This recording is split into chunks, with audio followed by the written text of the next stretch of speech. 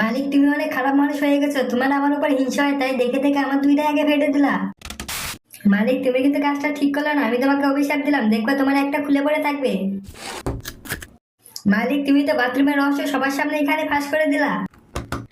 আরে মালিক, তুমি তো ওর সমস্ত রস বের করে নিলা, এবারও কি করবে?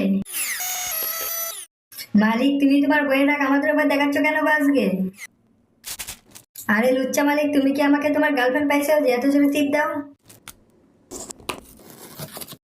মালিক, এটা কি শুনলাম গো তোমার নামে? তোমার নাকি একটা গার্লফ্রেন্ড আছে, দেবো নাকি তোমার বউকে বলে? মালিক, তোমার কি কোনো শরম নাই গো? বারবার তুমি আমার ভিতরে ঢুকাচ্ছ। মালিক, এইবার তুমি একটা ভালো কাজ করলে গো, আমাকে কালু থেকে একবার শাহরুখ খান বানায় দিলা।